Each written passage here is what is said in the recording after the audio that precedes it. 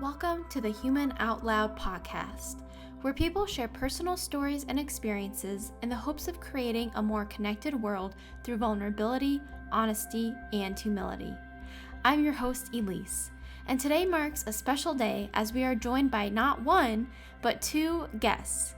Minyona from Two Leaf Research and Dr. Jonathan from the Locust Group sat down with me to discuss diversity, equity, and inclusion.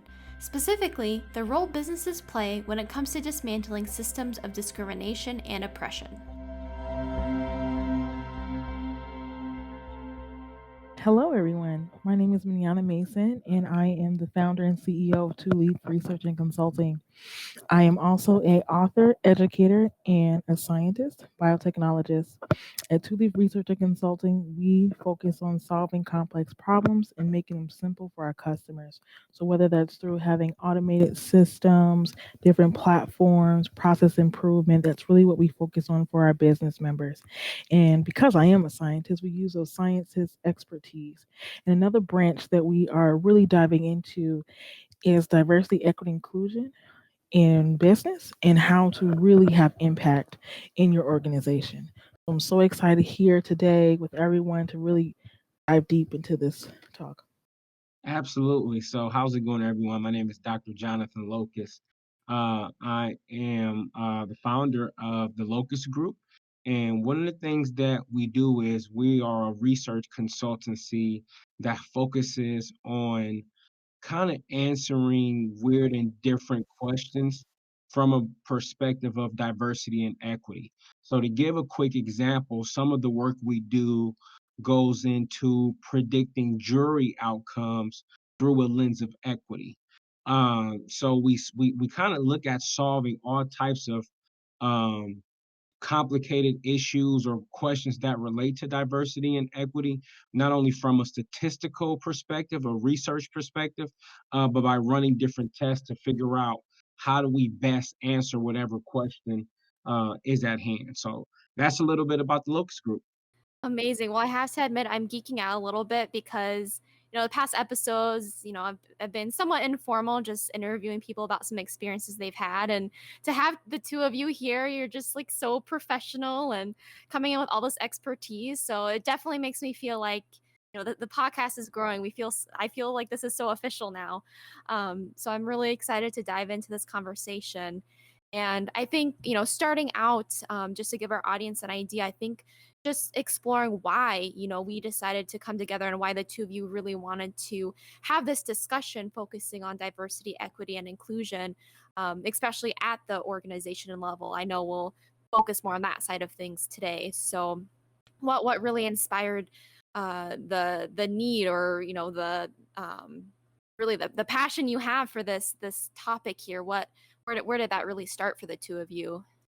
So for me, the reason why I'm here to really dive deep into the diversity, equity, inclusion discussion at the organization level, because I'm really, really passionate about the impact that we have in our communities through business and through STEM, and how we all collectively have to work together to really make our nation great.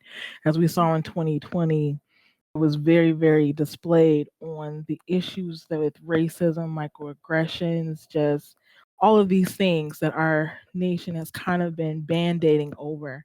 And in 2021, we can no longer put a band-aid on the issues that are plaguing our nation, the systemic racism that is in literally every system. You really have to work more vigorously to really dismantle that. But in saying that and having the conversation, we also want to make sure that we're providing impactful solutions to the problem. Because this is not the first time we're having this discussion about diversity, equity, inclusion. Civil Rights Acts was in 1964. Franklin D. Roosevelt made an executive order for promotions of people of color and diversity in 1941. This conversation is not new, but I think the solutions need to be better and more exact and more precise and more geared towards impact and not just band-aiding over what we have now. We really have to set a better foundation for our culture, for the companies, for the where we work, so that we can work better together. And it's also more efficient for us to do that, this course does not serve us better business wise, and it does not serve us better for advancing into the future. And so, if we really, really care for how we stand and what our children are going to be able to move forward, we have to take it seriously and we have to be intentional about really moving the needle in these areas. So that is one of the reasons why I'm here today. I'm excited to get down to it.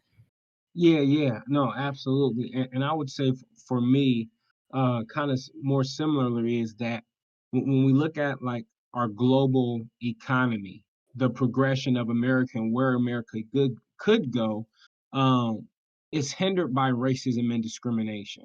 And there's plenty of business case studies that show that when teams are more diverse, they make more money. Like I give a quick example, the 1967 Chevy Nova, right? This was a car that sold very, very, very well in America. They did so well, they thought, okay, we will focus on expansion. So what they ended up doing was they just literally expanded into Mexico, thinking that they were going to get the same amount of success that they got in America. And you can imagine what happened. Well, the sales bombed. Why? Because Nova in Spanish means no go. So they lost tons of money. And by not having certain people who represented that culture that they were getting ready to go into, they lost money. And then even on another level, there was even gas stations that were linked to corruption called Nova gas stations. So it really, really had a bad kind of a bad connotation to it as well as it not being a good translation. So we see on multiple different levels why it becomes important and critical that if you're not actually engaging the types of people that are in the communities and are in the areas that you're trying to serve, you'll fail every time. So actually taking on a more inclusive mindset actually sets your company, your business, your organization up for more profit and more success because you always get things that you won't see by having different people come to the table. Do we need to maybe say that like 100 more times? More profit, more success. I feel like that's what a lot of business people are tuned in to hear. Maybe if we just say that like a billion times in this episode, people will finally listen. Like, oh my gosh. Well, I am so excited. I mean, that was an amazing intro on, really the motivation of this discussion. I hope, everyone's just as excited to dive in as I am here. And I think a good place to start before we really get more into kind of the action item side of things, which I'm also very excited about because sure, like you said, Minyana, we conversations like this have happened. This is nothing new. But I think, there's a difference between talking the talk, which is important because, there's this level of education that needs to happen. But how do we walk the walk? How do we actually have the initiatives that are going to make the shift that we need to see happen? That's going to be an extremely point of discussion here. But before we get deep into that, I think starting kind of with the basic building blocks here of making sure we're all on the same page and really looking at how the two of you define, diversity, equity, and inclusion, because I feel like, especially in today's world, that those can easily be thrown around as buzzwords, especially in the business world. So, how do we make sure that we all understand what those terms actually mean, so that we can then, have the correct definitions to work from as we're looking at those action items we'll talk about here in a bit. Yeah, so let's really dive a little deep into that definition and what does that mean. In order to do that, Elise, I kind of want to ask you, what do you think of when you hear the word diversity? First thing that comes to mind is the very first version of that photo of three people standing at that baseball game or showing that, diversity, equity, inclusion, this is more on the inclusion side, but really showing how those terms can really break down when it's not just fair treatment, there's this disparity and this gap here that we need to actually fill in. Like that's not solved by giving people equal access to the same resources. So that's the first thing I thought of in terms of more of just the diversity side. If we want to look at that first, to me, I just think, okay, I want to be in a room where it's not just a bunch of people that look different than I do, but people with, more diverse life experiences than what I have. And I think that's kind of where sometimes that definition breaks apart, is because I think the experience side is also very important to look at, not just, oh, well, we have a white person and a brown person. And, it's obviously it extends beyond that. And I think that's where it can get a bit tricky to measure, or, for people to understand how to even measure that. Yeah, no, you're so right. And I always like to start to see where, people are at with that definition, because a lot of people think diversity is one white person, a few brown people, a few international people, and we got it. And it's not just that. Those cheesy stock photos, right? Exactly. Exactly. Or the Olive Garden commercials where it's like, I don't know if you've seen those. I'm like, wow, they really went for the gold there. Just Yeah, it's much deeper than that. It's looking at the whole person. So their thoughts, beliefs, generationally, where they come from, their gender, they're looking at their social economic status, their values, and all of the other aspects, really understanding that diversity is visible and invisible. So we are multifaceted people. And so all of that encompasses who we are, from our experiences, from where we come up, how our lens, how we see the world. And it's so important that when we're talking about this, we're not limiting the definition race or limited to just ethnicity, but we're really talking about working with people, different types of people with different types of backgrounds and beliefs and thoughts and perseverance and point of views, because all of that shapes the full lens. And so that's my definition of diversity. And then going into equity, really, kind of like you said before, is not just everyone gets the same thing. It's making sure that everyone has the resources to actually be successful in whatever it is. And so there's another picture in healthcare that we use that has people with on bikes. So Oh, I've yeah, seen that. I yeah. love that one. Yeah, if you could explain that for Yes, everyone. again. So the other picture has a group of people on bikes, and so the equitable picture has people with different type of bikes, but they're all able to move forward. So if you're in a wheelchair, your bike is going to look different than someone else who's not. But making those accommodations, make sure they have that resource, the right type of bike for them, they can still move forward. So that's what equity is. It's not just, oh, here you go. Here go your tools. No, it's making sure you have the right tools for you to be successful. Then inclusion is really just working together. Being inclusive, being acknowledgement of where everyone comes from, and being open. Putting those biases aside and recognizing when those biases are blocking you from good communication, blocking you from moving forward, blocking you from actually understanding where your coworker is coming from.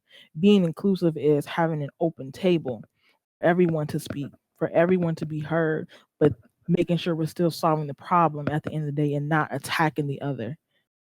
Yeah, I would say as far as kind of the add-on diversity, being for one, things that will be considered like diversity demographics, race, ethnicity, gender, social economic status, all of these different veteran status, ability status, all of these different things are different diversity demographics. Then when you look at inclusion is pretty much an environment where those differences can all be appreciated and all given the same amount of respect. And I think when we look at equity, a lot of times you're right. People throw the word equity Yep. around, not necessarily realizing that equity is about outcomes, right? So equity is about being able to look at what are the gaps, what are the wealth gaps, what are the housing gaps, what are the education gaps, and you look at those gaps and you're able to see where the inequities lie. And that's what is important to understand is when you're talking about equity, you're talking about outcomes. And the reason people have different outcomes based on either specifically based on their race is because again those are outcomes and it's processes and systems put in place to continuously produce those outcomes. So when you look at equity, you also want to make sure that we're looking at the outcomes and the differences of how different groups of people are experiencing America simultaneously. Yeah, you kind of alluded to this already, Dr. Jonathan. But something I thought would be interesting to hear is was your both of your thoughts on what you think the biggest barriers are currently, to a world that, is inclusive of diversity and actually focuses on those outcomes to have an equitable society and world.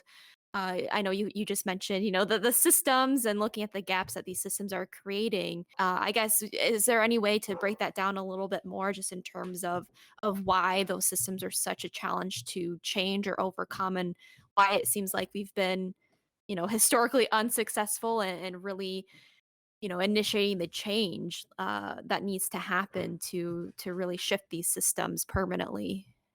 Yeah. I guess one example that I could give is right when we look at for example media representation, right? And media representation, we look at how certain groups of people are affected. And I'll give you one example of how these different things play out as far as media representation. So I think I shared with you that part of my research is actually doing research to predict juror outcomes based upon a lens of equity, right?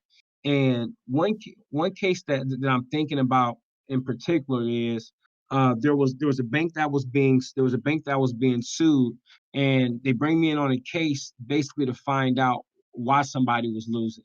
And as I'm looking and I'm reading, I see that there is a female attorney. Now, prior to getting into education, I did work in banking, and I am very, very familiar with that environment and that culture. So I see that it's a female attorney, and just me not just knowing that there's not many um, female banking attorneys that are represented. Not saying that there's not many female banking attorneys Mhm. as far as representation, media, and so forth. So I asked if I can have a meeting with this lady because I just wanted to see what she looked like. And from the moment I saw her, I pretty much knew that the reason they were losing was not because she was doing anything wrong, was simply because of how she looked. And I could relate because I'm a 35-year-old black male with a PhD, and I'm a certified Six Sigma black belt. So a lot of times when people see me, I don't necessarily look like what they think I should look like, and a lot of times I'm treated based on based on how I look and not the respect of what I've done and what I've accomplished. So fast forward back to this case, I asked to have a meeting with her. When I see her, I pretty much knew that she didn't look like what people would think a banking attorney would look like. She was an older white woman, gray hair, extremely nice, very intelligent. Um, but I just knew that she didn't look like what a banking attorney would look like. So then the question becomes, then what does a banking attorney look like? So we ran focus groups to figure out what people would believe a banking attorney would look like. And we get these descriptors like tall, white male, pinstripe suit, cul-de-sac hairstyle, all of these different types of descriptors. And then we take that information back to the partners, which they couldn't believe it, and say pretty much what we're doing, we're not necessarily dealing with someone that's doing wrong. She just doesn't fit the profile. And then those attorneys pretty much say, well, we'll just basically have her do all the work and then brings these white gentlemen who look like that and at the front. And I'm like, well, no, you can't do that because again, you're just perpetuating a false stereotype. But what you need to do is get some of those guys who look like that, just set them in those chairs behind her. And after they did that, they wrapped up the case and they won in about 2 months after that. And that's one of the major parts is since a lot of times since there's these microaggressions, there's these stereotypes, and people are treated a lot of times based on um, they're not treated well, especially if you don't look like what people think you should look like, and or based on how you've been Mhm. represented in the media. Well, especially if that's the only sort of exposure they've had, to someone that, in this case, if they've watched TV or, even if the only times they've ever been in court, if they've only had exposure to, oh, well, this type of person looks like this, obviously I think it's very easy to have that unconscious bias of your brain just thinks, oh, this is what matches my vision of reality, and when that mismatch is there, obviously this is what you study, there must be something that happens in our brains that then just loses confidence in our ability to be comfortable or predict and feel almost safe, because it's like, whoa, this doesn't match what I know, or there's kind of this what would the word be, this disconnect, so yeah, that the research you're doing, that seems extremely fascinating, and definitely I'm sure gives us insight that you cringe at all the time, like, oh, I can't believe like that just must be kind of depressing to reveal this data, but obviously that's work that has to be done. But it also provides interesting insights into how people think, which allows for different types of strategies when coming up with solutions. Yeah, I totally agree with that. Thank you, Dr. Jonathan, for really breaking that down. I believe that was an awesome example. I just to piggyback off of that, I agree. The biggest barriers, to really moving the needle is the standardized way of doing things and of thinking, the unconscious bias and the conditional responses that we have to interacting with people. You know, a lot of this stuff with racism and microaggressions has been ingrained into all of our systems for decades and decades. It's just been pumping through everything. And so, even for me as a Black scientist, I'm not surprised when people don't think that I should be a scientist, or don't think I'm that competent as a biotechnologist. When I introduce myself to white males, I immediately tell them, my name, the degrees I have, and I list all my accomplishments so that they can accept me at their table, or at least kind of take me seriously in the moment that I qualify for interaction with them. But it's something that's been standardized and put in place throughout everything we've been doing all this time. And so as we're trying to move that needle and really change people's perspective, we have to really understand how people are thinking. And that's why I believe, looking at unconscious bias and having cultural intelligence is one of the two ways to really turn the tide with those barriers. Because if you can't get people to recognize that they're doing something naturally, you don't know what you don't know. So if people are not recognizing that and not taking that time to do self work, that puts a block and that puts a barrier. Right. Well, that's so interesting because I know Minyona, when we talked probably, several months ago a bit, as we were preparing for this discussion, I know I had even mentioned to you that this past year was the time that I was able to spend educating myself and reflecting on my own privilege. I had a couple weeks where I was just so confused from the sense of, why am I just now understanding this? There was just so long where I had it in my head of, oh, well, I think I'm a good person. I try to treat people fairly. In school, we learned that, oh, racists, they're bad, mean people that are out to hurt others. You know, the framing of, our country's problems and where they stem from, we're kind of always pinned on this almost bad guy type, character. And it's like, oh, well, that's not me. I'm not part of the problem. And so even just, through this past year, understanding, oh wow, no, I'm part of this system and I do have privilege, and it is not, the burden should not be on those that have been, historically discriminated against and marginalized to be the force of change. How could they be? And just coming to terms with all of that. And obviously that's something that I'll always be learning and processing and evolving. But Minyana, you had just mentioned talking about people don't know what they don't know, and having to help other people understand this, and being an important step in everything. I just wanted to share that personal experience and how everyone listening, you might think, oh, this isn't my problem, or I'm not part of the problem. And I think just doing that self-reflection is important, but at the same time, we are also talking about, these systems that are in place that also need to be reassessed and changed. I think for us to see any large scale impact, which is an interesting, I think, sort of relationship. It's like, okay, there's individual work that has to be done, but at the end of the day, I see it as we really need to rebuild the systems we have to have a sustainable foundation, I guess is how I would phrase it. Yeah, you're so right. I really appreciate you sharing your story and reflection on you, being a white female, because I've heard that too a lot from people. I don't know where I fall in the equation. I don't really know how I can help. This is not really my fight. And so when we're thinking about, all sins ain't common, we don't know what we don't know. Another thing too is, in order to gain knowledge and wisdom, you have to seek it. It has to be a choice. So we have to begin to also make better choices within ourselves, that we want to be better and do better, and we want to know. Because sometimes some people don't want to know. Ignorance is bliss. Some people just don't want to know, but being able to really look forward, and as we're trying to move forward in this area to provide better solutions to solve this problem, we have to acknowledge that we're chasing after truth, wisdom, justice, knowledge, and love. That's where we're stemming from, moving forward.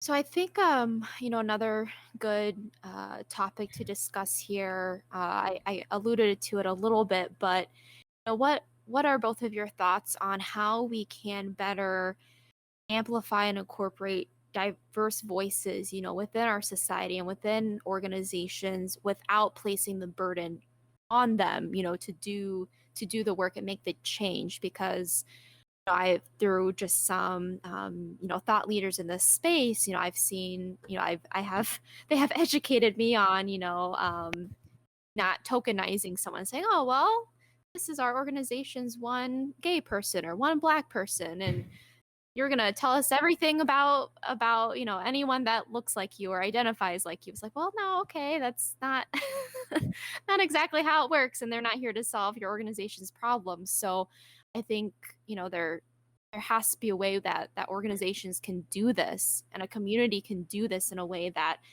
is inclusive but isn't placing this burden on the people that have been carrying the weight of our country and facing discrimination for hundreds of years. Yeah, I wanna just share a little bit on that. I did an internship in West Michigan at Spectrum Health. I worked in their diversity, equity, inclusion team with the American Hospital Association. That's my internship was through, and I really got to learn so much. And I'm just going to give like a little short story of a summary of all the things that I learned from that time and how we really can move the needle. I would say the diversity, equity, inclusion team at Spectrum Health was probably the one that really kind of ignited this fire for me in this area and gave me my voice back. Because, like I said before, being a Black female scientist, being in the rooms that I've been in, it gets discouraging sometimes. And I was able to get my voice back in this internship. And so one of the things, so just a little bit about Spectrum Health, it is one of the number one employers in West Michigan. They have over 33,000 employees, 14 hospitals, and multiple different care centers. And so I was tasked with engaging with leaders and doing different presentations and explaining health equity practices. And a lot of the work that we did, the diversity, equity, inclusion team, was leadership training, getting your C-suite on board. At Spectrum Health, they have Tina Fries Decker as their CEO, and she has been all about diversity, equity, inclusion since she started. And she was breaking barriers from her day one. I was truly inspired by her. She got all of the higher ups together. So whether you were a manager, supervisor, everyone, and kind of set the tone for how we were going to move forward as a healthcare organization. And so when we're thinking about leadership training and how people are working together, it has to start from the top. You can't just, I feel like in the current models, we always start from the bottom. Okay, we're going to hire this many people, but leadership has to be on board because that's where the biggest gaps are, especially in healthcare and especially, in business and in certain industries. And so as we are trying to, amplify and, not making it so that we have a token Black person here and that, really getting leadership on board and understand, their impact on their employees and the communities that they serve. Another thing is employee resource groups. At Spectrum Health, I love that all of their employee resource groups had to have a business initiative about the work that they were doing. So it wasn't just, oh, all the Black people get together on Wednesdays and we complain about how hard it is to be Black in West Michigan. No, they got together, they strategized, they created different programs, events, and resources to help educate uh, clinicians, physicians, the community. There was a lot of community events that I got to be a part of too. So it had a business to actually move the needle. So as you said before, more profit, more profit. If you better understand if you better understand your community that you serve, how much better of an impact you do have on your bottom line.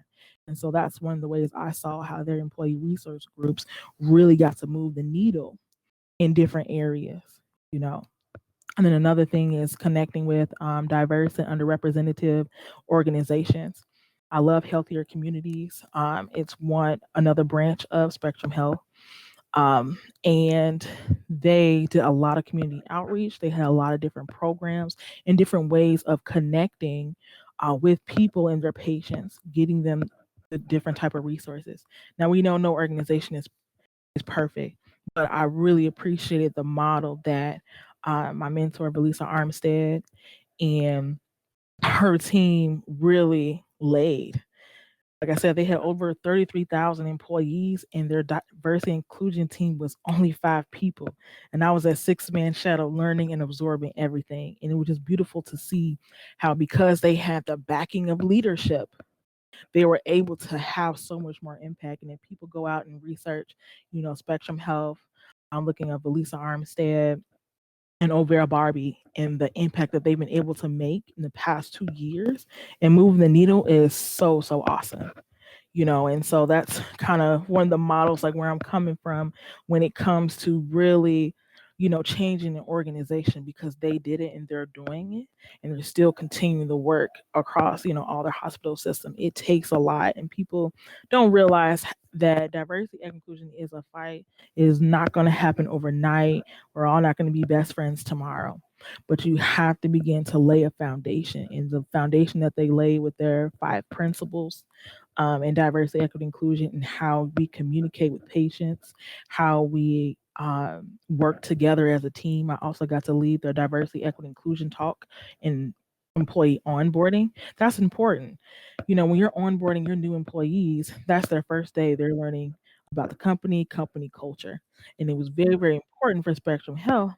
Diversity and inclusion, they have their own time slot to really talk about how us connecting together as employees and on teams, how that affects our patient population, because it does. And I'm gonna give one more example, and then I'll turn it over to Dr. Jonathan. So in that diversity and inclusion talk that we gave, we actually started out with a short little video that we show of a white male physician talking about how his unconscious bias, how his bias is preventing him from providing the best care to his patient. So he ended up misdiagnosing a patient of color. It wasn't a harmful thing. He just, it wasn't an adverse effect, which was great. But he had to sit down and think, oh my goodness, I have been judging my patients a certain way, and I prescribe whatever medicine, and I misjudged her. When we got test results, there was no way we made the mistake, but it was because of his bias that he didn't believe. And so that happens in healthcare all the time. That happens in STEM fields all of the time. And I say MLK said it best, that the largest gaps in inequalities is in our healthcare system, and it's in our STEM fields. And so that is one of the, when we're talking about amplifying and really fixing, we got to start there, and we got to start in business. You know, in order to really move the needle, because business affects wealth, it affects generational wealth, it affects social determinants of health. So that's why business and STEM and medicine have to work together and have to really lead in this work to really amplify those diverse voices in the communities that we serve. So I'm gonna leave it there. Dr. Jonathan, you want to add? Yeah, I'll just very briefly. I would say for two things: strategy and accountability. So diversity and equity has to be interwoven into the strategic framework, the strategic plan of that organization. And it can't just be something that's just a check mark thing. But if it's a business, just as much as it is important to make money, it's also important to make sure people feel as though they can bring their entire selves to work. So it has to be interwoven into the strategy. Second, I would say accountability, right? So if there are the positions where there's diversity positions and they can't actually do anything, or there is no accountability attached to making sure departments reach equitable outcomes, then nothing's going to happen. So it has to be something that is also, again, interwoven into the It has to be something that's interwoven into the organization. So I would just add those two quick things, and then I'll pass it back over. Yeah, no, that's a great point, and I think that really transitions well. I know Minyona, some of those TED Talks that you had sent me, we had noted that talking about Janet Stovall's experience. I know she was at Davidson College in North Carolina, and her really big push was talking about, okay, what are the, real numbers, real consequences? How can we actually have accountability here? And obviously that was Dr. Jonathan's point just now. So I think that's kind of a nice transition to highlight that. Can I say something real quick, because I Oh, want to sure. I want to just provide an example, because about amplifying diverse voices, and this will be really quick. So um kind of on my full-time job when I'm not consulting, I work at a university. I'm an associate vice president of equity and inclusive excellence, and one of the things that we're talking about with other vice presidents is they were saying that they didn't understand how, as far as the vaccination for COVID, they weren't able to understand why the denial rate on it is so high, specifically for people of color. And they didn't understand that. So one of the things I did immediately was, because again, they didn't necessarily have the correct context. So I recommended, which we're going to actually read. There's a book called Medical Apartheid. And Medical Apartheid traces the history of experimentation on Black people by medical institutions since slavery. So going back from even when slave owners would sell their slaves for medical experimentation, and then you look at the Tuskegee experiments. So you look at all of these different things where Black people have been experimenting on, uh, again, for years and years and years, and then there's not that trust from the Black community when it comes to certain medical institutions. And to be able to provide that context for people is one of the ways that you incorporate diverse voices, is by being able to, with that situation, being able to provide people proper context with recommended readings or some listenings. That way they can really start to understand those systemic things that lead to these outcomes. No, I'm really glad you brought up that point because I think if Minyani, you had talked about, the leadership training before. I think if leaders that are trying to come up with these initiatives or solve these problems don't have that context, like you just talked about, Dr. Jonathan, then they're not going to come to the correct solution or the correct conclusions. And then obviously that, the power that they have is not going to be, focused in the areas that they need to be. And so, yeah, I think having that background and the context through those educational resources, I would assume in that case, that really cleared some things up and hopefully got things moving in the right direction with those other vice presidents that you mentioned. Oh, absolutely. Yeah. No, and then there's another book that we also recommended, The Immortal Life of Henrietta Lacks.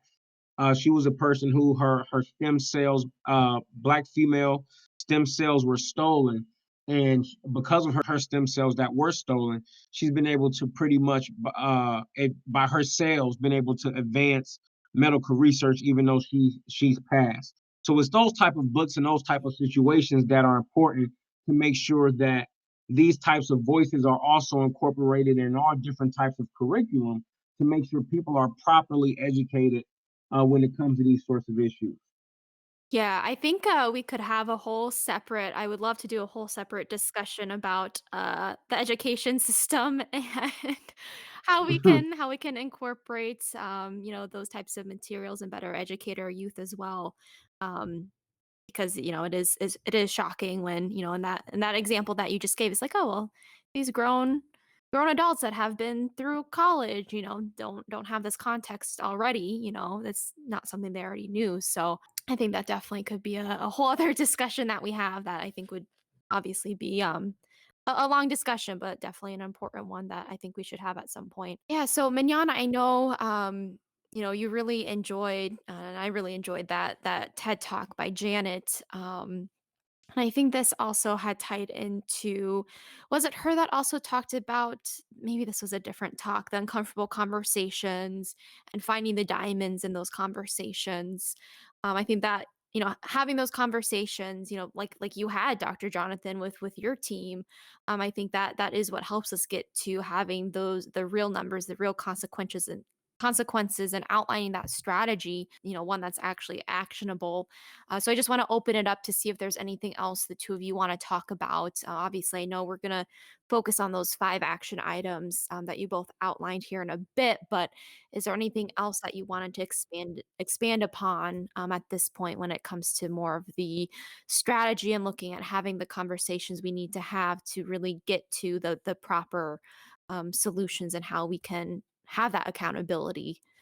As far as having that accountability, again, like for example, I look at certain institutions that look at, and I'm specifically talking about higher education, and when it comes to the recruitment of diverse faculty and staff, and a lot of times different administrators can just say, well, it's hard to do it's hard to find diverse talent, and that's typically an excuse that's okay.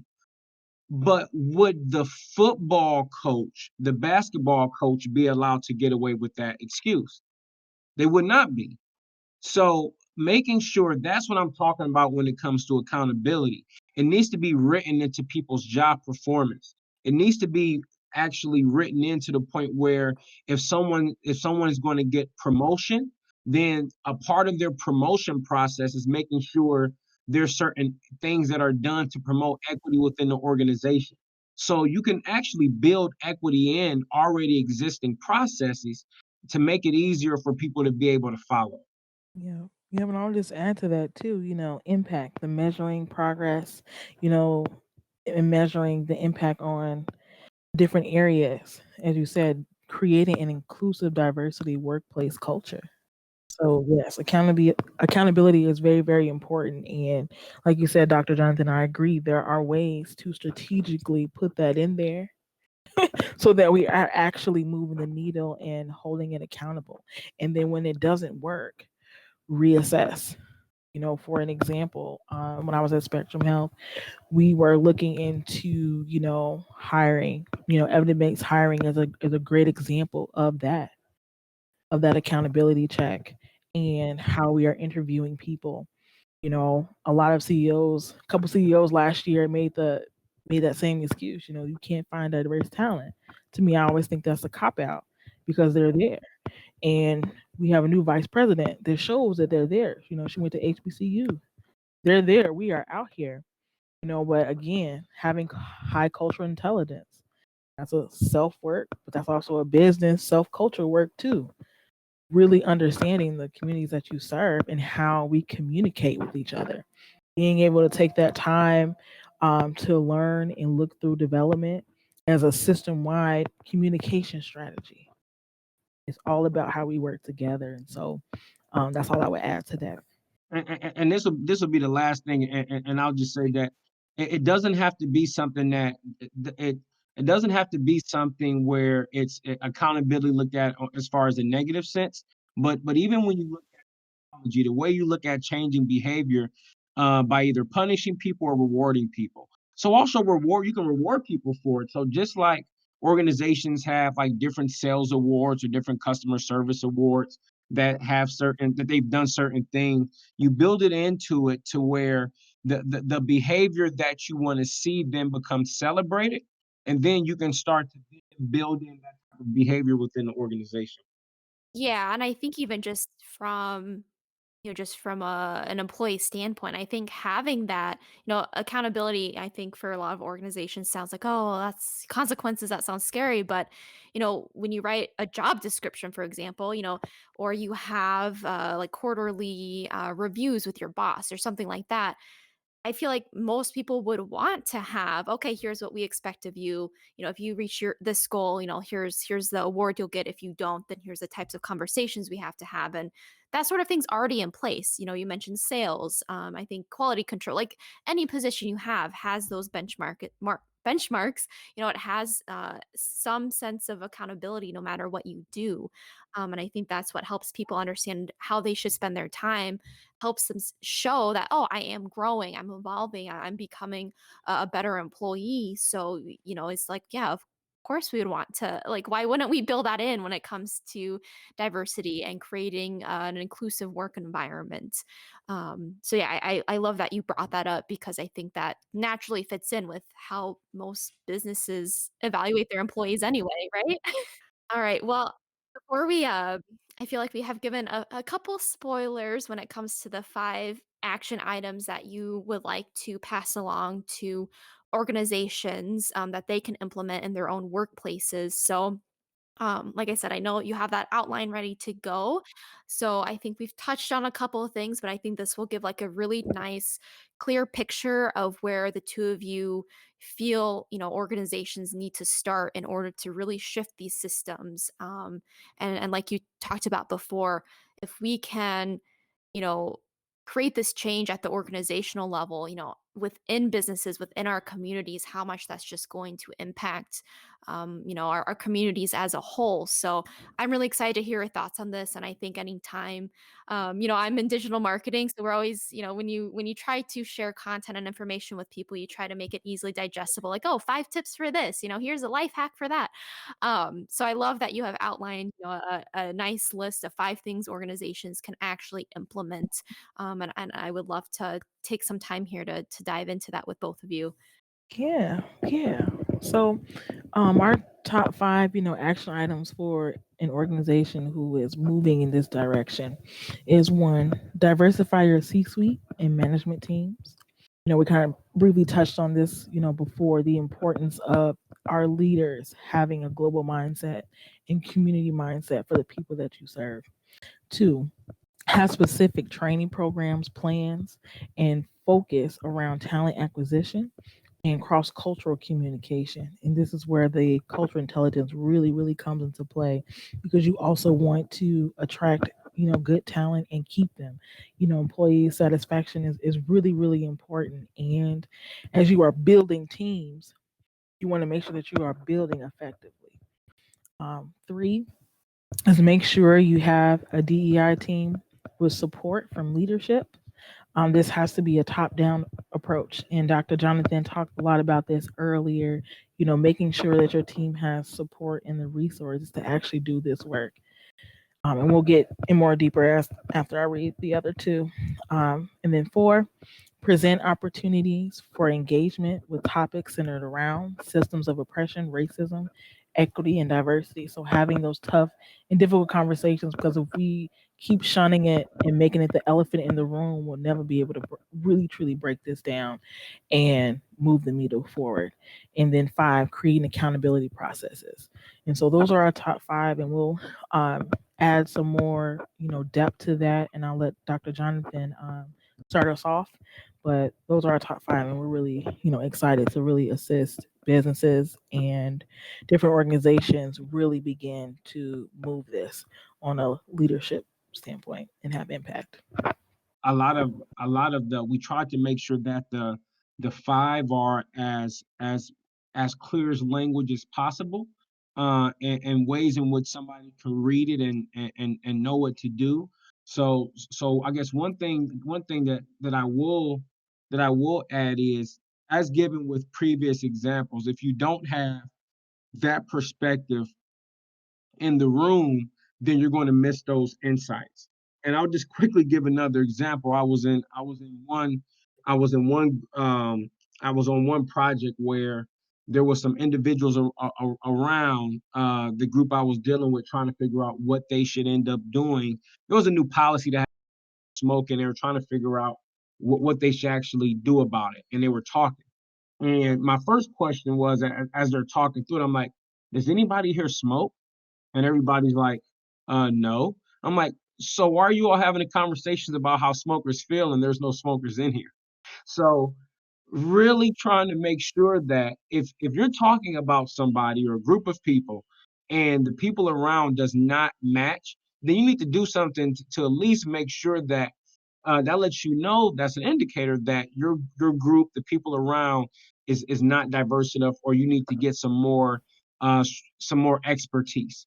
So I give that example. I don't want to belabor what my colleague has put so eloquently, but I just wanted to just share that quick, uh, as more of a practical application. Perfect. Yeah, I think hearing the real life examples like that, I think always helps take concepts, that for some people might be abstract and help it click a little bit more in their minds. So I love that you gave that example, Dr. Jonathan. Thank you. And that was pretty much all. That was pretty much all I was going to add to it, especially since Minyona did such a great job breaking down the 5. Perfect. Yeah. So Minyana and Dr. Jonathan, just in terms of these 5 action items, I know we'll be putting together a PDF. So when I do publish this episode, I'll make sure people have the ability to download that, to actually have like a tangible takeaway. But I guess just in terms of not necessarily priority order or anything like that, but I guess in terms of people actually getting started and trying to implement something, like these 5 action items within their organization. Um, Obviously, I think for any size of business, it can be a bit daunting at first to feel like you're coming in trying to make some systematic change here. So what advice would you give listeners that are excited about all of this but might be a little bit intimidated to actually take that next step? Okay, sure. Yeah, sure. So I would say, for one, you have to do the work. I mean, and this is not something that I will say is easy. So just like if somebody has something that they practice every day and want to get good at, whether it's a sport, whether it's writing, whether it's reading, whether it's exercise, you have to practice in order to get better. And this is no different. You have to do the work. You have to be able to understand different perspectives. So how do you do that? Well, if you just look to see what type of media you're consuming, and if you're consuming media that is pretty much that reinforces your beliefs, look at different types of media. For example, like Code Switch on NPR is a great podcast that really just gives views from perspective. So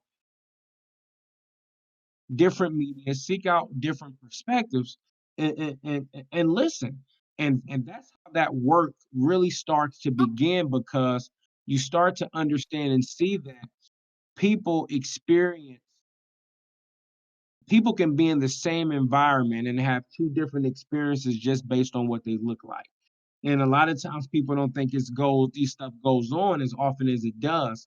So making sure that you're looking to see what are diverse documentaries, what are podcasts, what are videos, what are the experts saying about these different topics. Listen, learn, and again, as you read, as you listen, there may be some cognitive dissonance. And okay, that's okay, because if you're at least able to take that new information, see how it situates with your experiences, and then understand where there may be between what my experiences are and then the experiences of that other person. And then you can start to see, well, what type of barriers may have allowed these types of gaps to persist. So, kind of doing that for one, looking at diverse content and then being able to analyze those experiences learned through your experiences and analyzing them really can give a new perspective on why these topics are so important.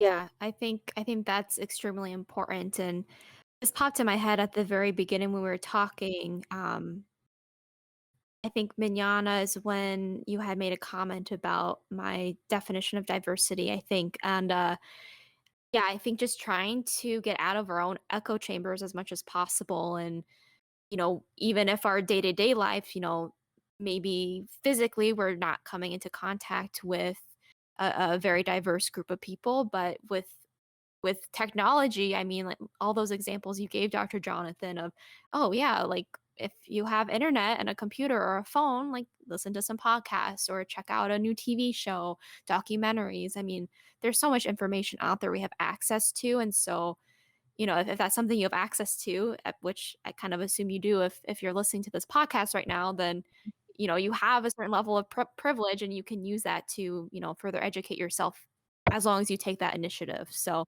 I love that you mentioned that because I think that step is really important for people to take. Yeah, yep. And just to add to that, in closing, being open-minded is so, so important when you're doing this work because it is work. It is self-work, and you're gonna have to, be able to be teachable and having the willingness to learn. The choice to choose knowledge and wisdom is an internal choice. And so as an organization is making that from the top down, making that on the internal level, then you externally make it by the actions and the things that you do moving forward.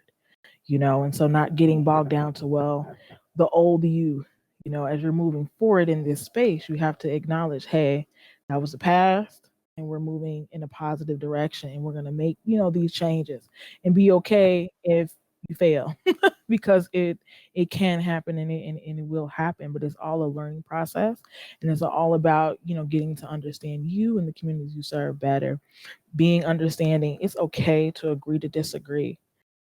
We're not here for everyone to agree with every single thing, but the goal is solutions to problems and not attacking each other. We're trying to solve big world problems where we cannot do that if we don't see all the pieces of the puzzle. It's just like those 5,000 piece puzzles, those 1,000 piece puzzles. Every person in the room makes the puzzle work. And if we don't have the pieces in the room and we're not listening and we're attacking each other, we will never get the full global picture. So everyone has a part to play. Everyone is welcome in those conversations. Make sure you have a welcoming environment because, again, these conversations are hard to have sometimes. And I'm a very comedic person, so I crack jokes from time to time, just to ease ease the moment. But in all seriousness, you have to be open. But everyone is welcome to the table. It's not just for people of color to have the discussion. It is for everyone. Inviting the majority into the conversation is a game changer. And I would just end with this. I use the diamond example when I'm talking about impact and change and really moving forward. And for me, this example, I created in my educator, helping students with their self-efficacy and confidence. And is that all diamonds start off as an ugly piece of coal in the earth. It's dirty, it is, hard. It's not pretty and shiny, but the pressing of the Earth's core and pressure. Sorry, this is my scientist coming out. Um, causes that piece of dirty, lumpy coal to become a shiny diamond that we pay millions of dollars for, that people kill and die for. So I say all that to say that yes, it is work and it is hard work, but the ending result of us shining together as bright as every star in the sky is worth it. And I will end that. That is, I was say that's a beautiful, beautiful analogy. And I definitely want to make sure you both have time to to plug the consulting that you're doing, because I know a lot of organizations, they might not have the internal resources right now to feel like that, they can make this work, or they don't know how to implement some of these tips. So definitely want to make sure they know, who they can reach out to if they feel they do need that, outside consulting, and some help to get moving in the right direction. Yeah. So, if you're out there and you need a team to help you to create processes, metrics, kind of talk to these things through, get some data, from your different systems, grow and scale your business in this area, you can contact To Leaf Research and Consulting, or the Locust Group. So reach out to us. We are on LinkedIn. Um, you can Google us. We have our website. So we're here to help, and we're here to help you make the best impact for your community, for your employees, and the people that you serve, to make our world better. We're all about solutions and really uplifting one another, because together we can. So, Dr. Jonathan, anything you want to add? And just one more time. Oh yeah, go ahead. I was going to throw in another: more profit, more success. I guess only thing I'll add is, yeah, please don't hesitate to contact if we can be helpful. I'm at the locust-group.com. You can find me on LinkedIn, Dr. Jonathan Locust Jr., Instagram at JLOCUST JR, and it's been a pleasure, and we're here to help, especially if you need a starting point. You're like, we know we need to do something, but we don't even know where to start. That's why we're here, not only to help you start, but let you track and measure your progress by providing those checkpoints along the way. So, again, thank you, and I appreciate it. Amazing. Well, thank you both so much for your time. I mean, it was such an honor, and I just am so excited to have, such insight, on my podcast here. I feel like this is a really big topic to tackle, and I think you both did such a beautiful job breaking things down. And I definitely hope this should not be our first and last conversation. I hope you're both up for some more, more in the future. So thank you both so You're much. welcome. Thank you. Thank you for having us. Truly was a pleasure to be here. And like I said, we're here to help. Thank you.